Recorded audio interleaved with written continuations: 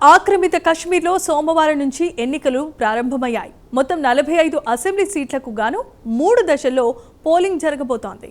కశ్మీర్ నుంచి వచ్చిన శరణార్థుల కోసం కేటాయించిన 12 సీట్లకు ఆగస్టు 2న పోలింగ్ జరగనుంది.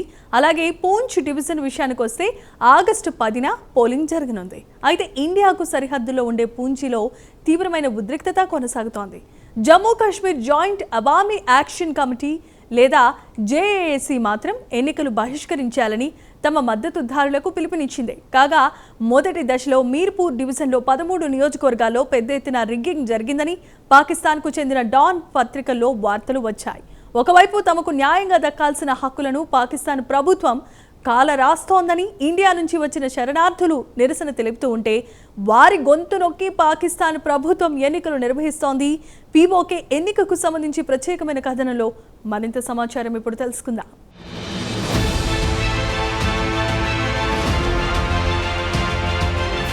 పాక్ ఆక్రమిత కశ్మీర్లో సోమవారం నుంచి అంటే జూలై 27 నుంచి ఎన్నికలు ప్రారంభమయ్యాయి. మీర్పూర్ డివిజన్లోని 13 అసెంబ్లీ నియోజకవర్గాల్లో ఉదయం 8 గంటల నుంచి సాయంత్రం 5 గంటల వరకు పోలింగ్ జరిగింది. కాగా మీర్పూర్లోని 3 జిల్లాలు భీంబర్, మీర్పూర్, కోట్లీలో ప్రభుత్వం సెలవు దినంగా ప్రకటించింది. ఎన్నికల నేపథ్యంలో భారీ భద్రతా ఏర్పాట్లు చేశారు. కాగా కోట్లీ జిల్లాలో పీపీపీకి పీఎంఎల్ఎన్ కార్యకర్తలకు మధ్య బాహాబాహీ జరిగింది. ఇరు పార్టీలు మీరు రెగ్గింగ్కు పాల్పడ్డారంటే మీరు అంటూ ఒకరిపై ఒకరు ఆరోపణలు ప్రత్యారోపణలు గుప్పించుకుంటున్నాయి. కొన్ని పోలింగ్ స్టేషన్లలో తాత్కాలికంగా పోలింగ్ నిలిపి తర్వాత పునరుద్ధరించారు.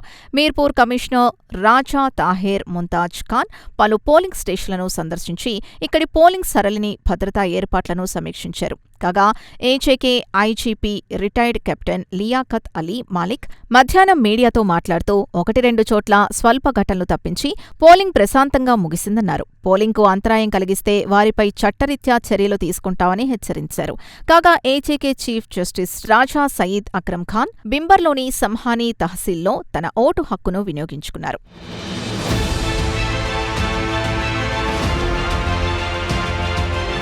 ఇక ఏజేకేలో పోటీ పడుతున్న ప్రధాన రాజకీయ పక్షాల విషయానికొస్తే పీపీపీ, పీఎంఎల్ఎన్లో బరిలో నిలిచాయి. అయితే ఇక్కడ ఆశ్చర్యం కలిగించే అంశం ఏంటంటే, ఈ 2 పార్టీలు కేంద్రంలో సంకీర్ణ ప్రభుత్వంలో భాగస్వాములు. కాగా 2 పార్టీలు మీరు రిగ్గింగ్కు పాల్పడ్డారంటే మీరు అంటూ ఒకరిపై ఒకరు ఆరోపణలు ప్రత్యారోపణలు చేసుకున్నాయి. పీపీపీ చైర్మన్ బిలావల్ భుట్టో జర్దారీ, మాజీ పాకిస్తాన్ ప్రధాని నవాజ్ షరీఫ్లు తమ పార్టీల తరపున ప్రచారం చేశాయి. ఇదిలా ఉండగా గత శుక్రవారం నాడు పాక్ ఆక్రమిత కశ్మీర్లో నవాజ్ షరీఫ్ ఒక బహిరంగ సభలో మాట్లాడుతూ బిలావల్ పేరు ప్రస్తావిస్తూ కశ్మీర్ని పొరపాటున కాశ్మోర్గా, మీర్పూర్ని మీర్పూర్ ఖాన్గా భావించరాదని బిలావల్కు చురకలంటించారు. కాగా సింధ్లో పీపీపీ గత కొన్ని సంవత్సరాల నుంచి అధికారంలో ఉంది. అక్కడ ఎలాంటి అభివృద్ధి లేదని నవాజ్ పీపీపీపై విమర్శలు గుప్పించారు. కాగా ఓట్లను ఆకర్షించడానికి పీఎంఎల్ఏ-N10 ఈ బస్సుల్ని ముజఫరాబాద్కు, మీర్పూర్కు గిఫ్ట్గా ఇచ్చింది. ఏజేకే అభివృద్ధిలో భాగంగా ఈ బస్సుల్ని ఇచ్చామని నవాజ్ అన్నారు. అయితే పీపీపీ మాత్రం ఎన్నికల కోడ్ని ఉల్లంఘించిందని బిలావల్ అభ్యంతరం వ్యక్తం చేశారు.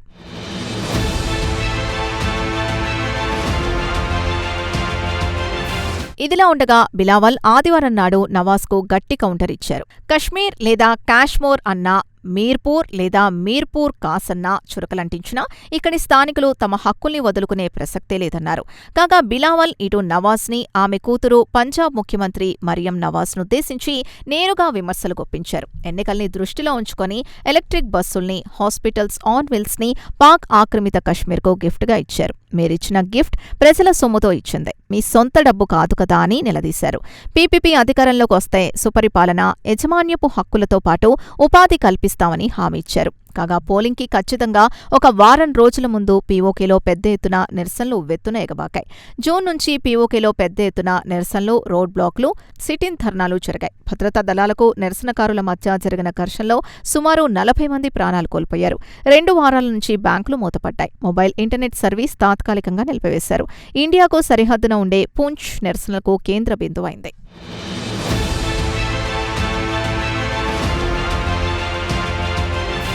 ఎన్నికల్ని దృష్టిలో ఉంచుకొని జేఏఏసీని స్థానిక ప్రభుత్వం గత నెల 5న నిషేధించింది. జేఏఏసీ నాయకుల్ని పెద్ద ఎత్తున అరెస్టు చేసింది. కొంతమంది నాయకులు అజ్ఞాతంలోకి వెళ్లిపోయారు. అయినా రావల్కోట్లో తరచూ సిట్ ఇన్ ధర్నాలో పాల్గొని ప్రభుత్వానికి తమ నిరసనలు తెలుపుతున్నారు.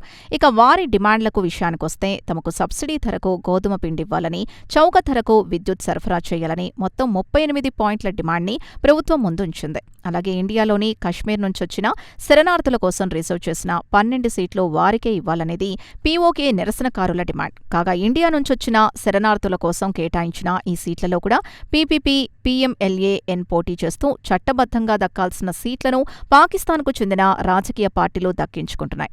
ఇక ప్రభుత్వ వాదన విషయానికొస్తే రాజ్యాంగ సవరణ లేకుండా వాటి జోలికి వెళ్లలేమని ప్రభుత్వం చెబుతోంది. అలాంటప్పుడు ఆ స్థానాల్ని పూర్తిగా రద్దు చేయాలని జేఏఏసీ డిమాండ్ చేస్తోంది.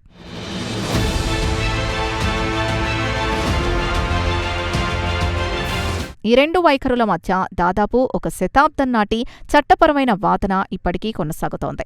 ఒక అసలైన కీలకమైన ప్రశ్న, ముజఫరాబాద్ని ఎవరు పాలించాలో నిర్ణయించే అధికారం మరి ఎవరికి ఉంటుందన్న ప్రశ్న తెరపైకొస్తోంది.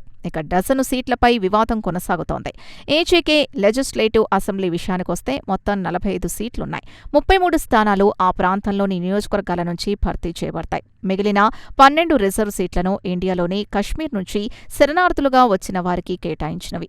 ఇండియాలోని జమ్మూ కశ్మీర్ నుంచి వచ్చిన వారు పాకిస్తాన్లోని వివిధ ప్రాంతాల్లో నివసిస్తున్నారు. ఎలక్టోరల్ ప్రాసెస్ని ప్రారంభించినప్పుడు దీన్ని 1960లో ప్రవేశపెట్టారు. తర్వాత 1964, 1970లో దీన్ని చట్టం చేశారు. 1974లో అధికారికంగా ఏజేకే 1974 ఇంట్రిమ్ కాన్స్టిట్యూషన్లో చేర్చారు. తర్వాత 2018లో రాజ్యాంగంలోని 13వ సవరణ ద్వారా చట్టం చేశారు. ఏజేకే ప్రభుత్వం ఏర్పడిన అక్టోబర్ 24, 1947లోనే జమ్మూ కశ్మీర్ నుంచి శరణార్థులుగా వచ్చిన వారికి చట్టబద్ధంగా చట్టసభల్లో ప్రాతినిధ్యం కల్పించాలని చట్టం చేశారని మాజీ చీఫ్ జస్టిస్ ఏజీకే సుప్రీంకోర్టు చౌదరి మహ్మద్ ఇబ్రహీం జియా వివరించారు.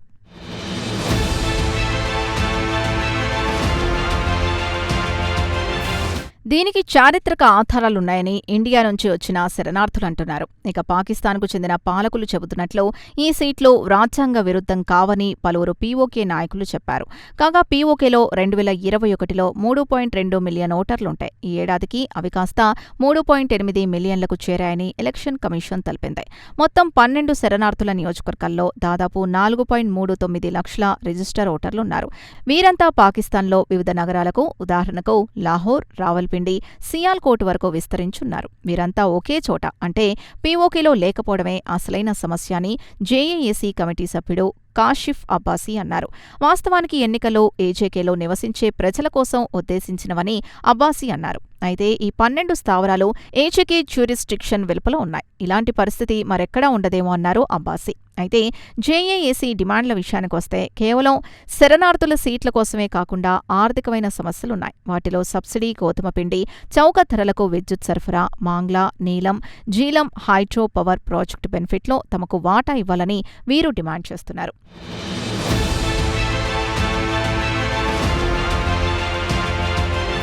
ఇండియా నుంచొచ్చిన శరణార్థులు మాత్రం పీఓకే శాసనసభలో తమకు ఎలాంటి ప్రాతినిధ్యం లేదు. అలాగే అవి పాకిస్తాన్ పార్లమెంట్లో కూడా తమకు రాజకీయ ప్రాతినిధ్యం లేదని వాపోతున్నారు. రాజ్యాంగాన్ని సవరించాలని ఏవేవో కుంటిసాకులు చెబుతూ తమకు ప్రాతినిధ్యం ఇవ్వడం లేదని ఇండియా నుంచి శరణార్థులు ఆవేదన వ్యక్తం చేస్తున్నారు. అయితే లాహోర్కు చెందిన హసన్ కమాల్ నాటు మాత్రం పీఓకే శరణార్థులకు వారి హక్కులు వారికిస్తే అంతర్జాతీయ వేదికపై పాకిస్తాన్ పలుకుబడి పెరుగుతుందని సలహా ఇస్తున్నారు. కానీ షరీఫ్లు కానీ జర్దారీలకు మాత్రం ఇండియా నుంచొచ్చిన వారికి ఇప్పటి పాకిస్తానీలుగా భావించడం లేదు. వారిని ఇండియన్స్గానే చూస్తున్నారు. అందుకే విసుగు చెందిన పీఓకే పౌరులు తాము ఇండియాలో విలీనమవుతామని ఇప్పటికే పలుమార్లు నిరసన ప్రదర్శనలు నిర్వహించిన విషయం తెలిసిందే. ఇండియాలో రక్షణ మంత్రి రాజ్నాథ్ సింగ్ కూడా పీఓకేను స్వాధీనం చేసుకుంటామని పలుమార్లు పాకిస్తాన్ను హెచ్చరించిన విషయం తెలిసిందే. మరి ఆ గడియ ఎప్పుడొస్తుందో వేచి చూడాల్సిందే.